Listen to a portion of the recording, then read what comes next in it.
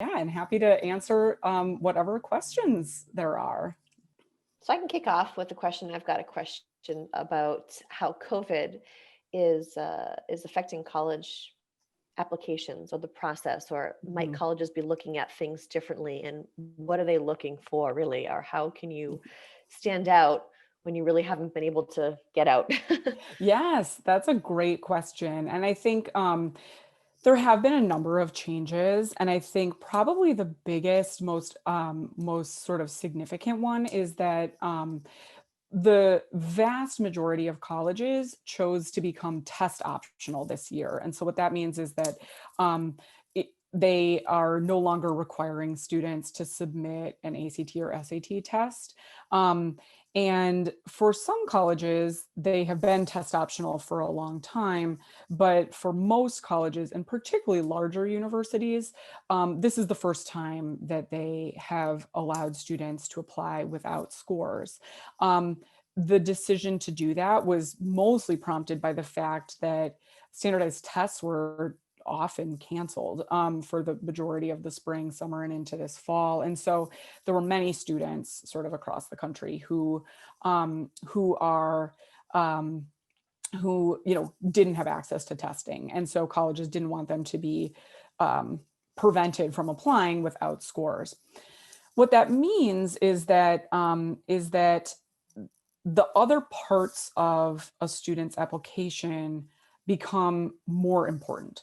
And so, for example, if a student is applying to college without scores, it sort of puts pressure on things like the letters of recommendation. It puts pressure on things like the essays. It puts additional pressure on the grades and the extracurricular activities. And so, in my opinion, I think I'm sort of a fan of test optional admissions, because I think that that it is I just think that for lots of students, what you've done over the course of your high school career is going to be much more meaningful than what you do in 3 hours on one Saturday. um, but so I think that allowing kids to kind of demonstrate their readiness for college in ways where they sort of have more control is really good. But I think it also has made it really challenging for certain admission offices, because in many cases they are not staffed to read applications as carefully as they have to when many students are applying without scores. That I think that scores kind of provided an easy, like, these guys on the high end are in, these guys on the very low end are out, everyone in the middle will read carefully. And now everyone has to get read carefully. And so I think that we're just beginning to see kind of results from early applications this fall and how that looks. And I think there was a question about for the class of 2022 and whether things will remain test optional there. About half of the colleges have announced that their test optional policies will continue into so that they would be test optional for a minimum of 2 years. But about half of them either have made no announcement yet or have announced that they will be going back to requiring testing. The other really big, I guess, sort of caveat with test optional is that what I often tell students and clients is just that, there's kind of there's a little bit of a spectrum in terms of test optional. There are some colleges that read applications test blind when they first get them, meaning even if you sent a score, they don't look at it until later in the process. On the other hand, there are colleges that are test optional, but if you go on their website, you'll notice that they say, we understand that some people may not have been able to take a test. And so if that is you, you don't have to send a score. But if you had access to a test we would expect you to send it.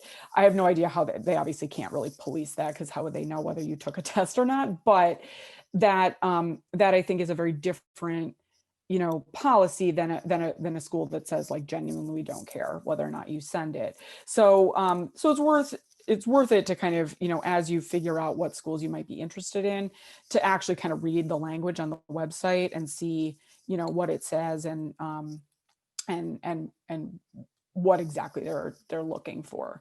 So that's one huge difference. I think that the other big difference, I think, is obviously for applicants, that the visits, in-person college visits, have for the most part not been possible since March of last year.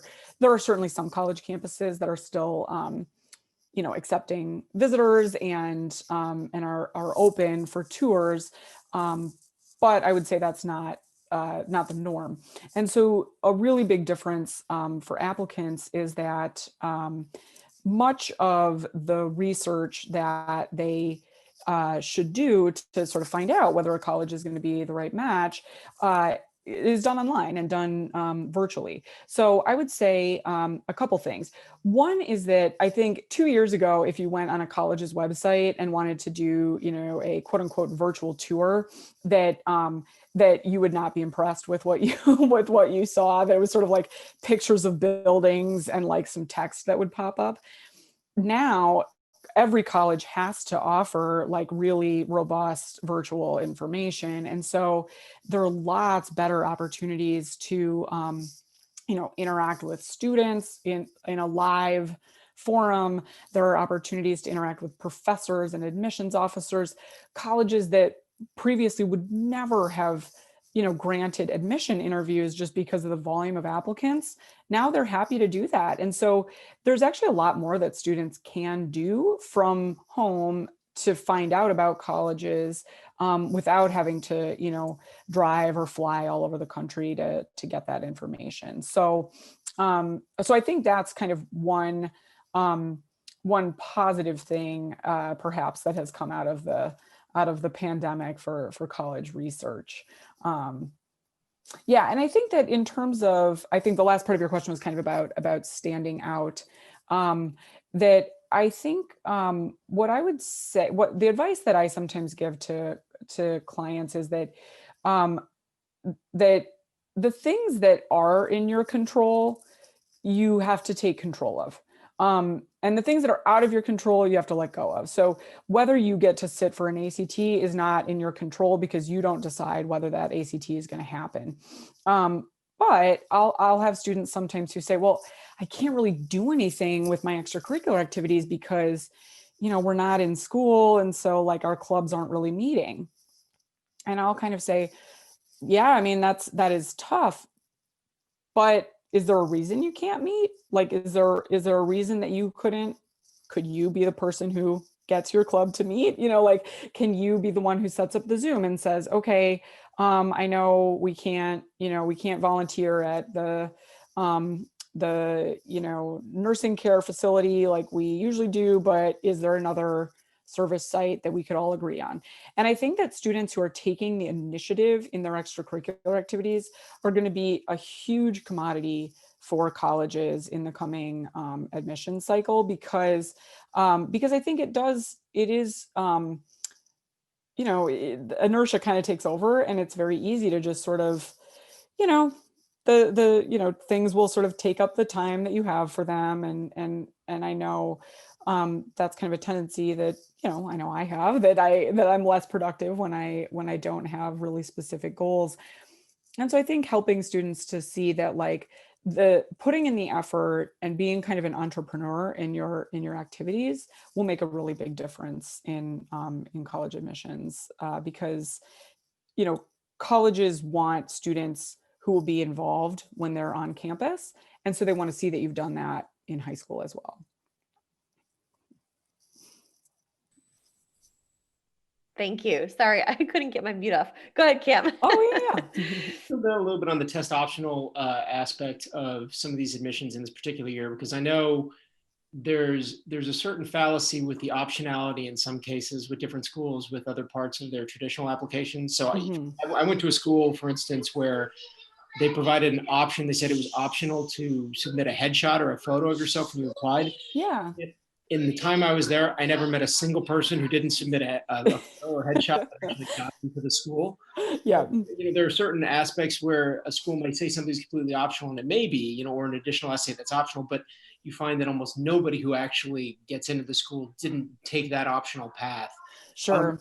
I mean, this is a little bit different in the sense that there were clearly some students who were affected by a way that they couldn't physically get to a testing, get access to a testing Hmm. site. But you know, it, do you get a sense that there's some schools that are going to be a lot more vigilant about wanting kids to submit their schools, and other ones that are much more willing to kind of bypass it for the whole year? Or is this kind of a system wide thing where everybody is singing kumbaya about not needing tests for a year? Yeah, I think it's more the former. That I think there are some colleges, and I don't want to sort of paint with too broad a brush, but I would say that the colleges that I think are going to have the hardest time evaluating applications without scores are colleges that are like larger universities, because I think the volume of applicants is bigger, and for the most part, with a few exceptions, bigger universities are the ones that typically were not test optional prior to this year, versus a lot of small liberal arts colleges had become test optional. I think the other part of your question, kind of like, is it really optional though? Like, is like, can you really get in without scores? And I think the reality is you can, but there's very little margin for error on everything else if you don't have scores. At very highly selective schools, right? At Right. schools that are not very highly selective, I think that's not the case. I mean, that, if you've got decent grades from high school and you've, done some activities and you write thoughtful essays, there's no problem whatsoever, and you would have been admitted with scores, and you'll be admitted without them, and we're all good. At very highly selective colleges, students who don't submit scores are, I guess it's interesting, because I think the college would say you're not at any sort of disadvantage because you didn't have scores. But I think what you've done is just sort of removed a data point, and it means that then all the other data points need to be exceptional. You will not be admitted to, Northwestern or Georgetown or these like highly selective universities without, close to perfect grades, you know, excellent writing in your essays, and a slate of extracurricular activities that sort of demonstrates a lot of leadership. Um, I think that it remains true that very good scores will always help. That will never, that, like, sending your ACTs, if they're really high, is never going to be a problem for you. Right. It's just, I think basically what has changed is that if is that students who had really good grades, good writing, good activities, but not so good testing, are now not sort of weeded out. But kids who have that plus good scores are still going to be sort of, looked upon pretty favorably. So as a couple of statistics coming from early action are that the more selective the university, or the more selective the program. So for example, within some larger universities, programs like business or engineering tend to be very hard to be admitted to, versus, other programs might be a little bit less challenging to be admitted to, or less competitive. That the more selective the university, or the more selective the program, the higher the percentage of students who are submitting scores. And so if you're looking at, say, an engineering program within a state flagship university, it's not that you have to send scores, but you should know that more than half of the people who apply are sending scores. The other thing that I think is kind of helpful to think about too is that you know, this year is obviously very different from years past, and I think that some of the stats may be a little bit misleading because you never had the choice of whether to, of whether or not to send scores before, and so most people who don't like their scores aren't sending them. And so sometimes people are like, oh my gosh, now it's impossible to get into X school. And it's like, well, maybe, but remember that people who got in who didn't send their scores might not have been all that, top notch. So yeah, I don't think that there will be massive changes in selectivity at any colleges. I think some people have been worried that because of more students choosing to defer a year, students who were admitted last year but didn't go for their freshman year this year, that would cause there to be fewer spaces. What we've heard uniformly from colleges is that they're adjusting their housing and making other changes so that they can admit a larger class for the incoming, first year class. And so I think admissions will probably stay fairly flat in terms of selectivity.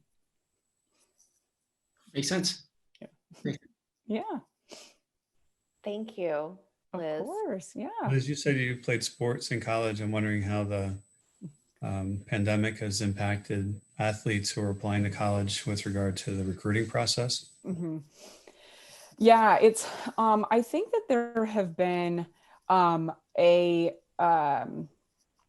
there've been a couple of significant changes. I think one is that because at the Division I level, athletes were given a year of additional eligibility, Right. that I think that there are fewer spots on most rosters, but I think that that at the Division III level, that's less of a sort of significant change.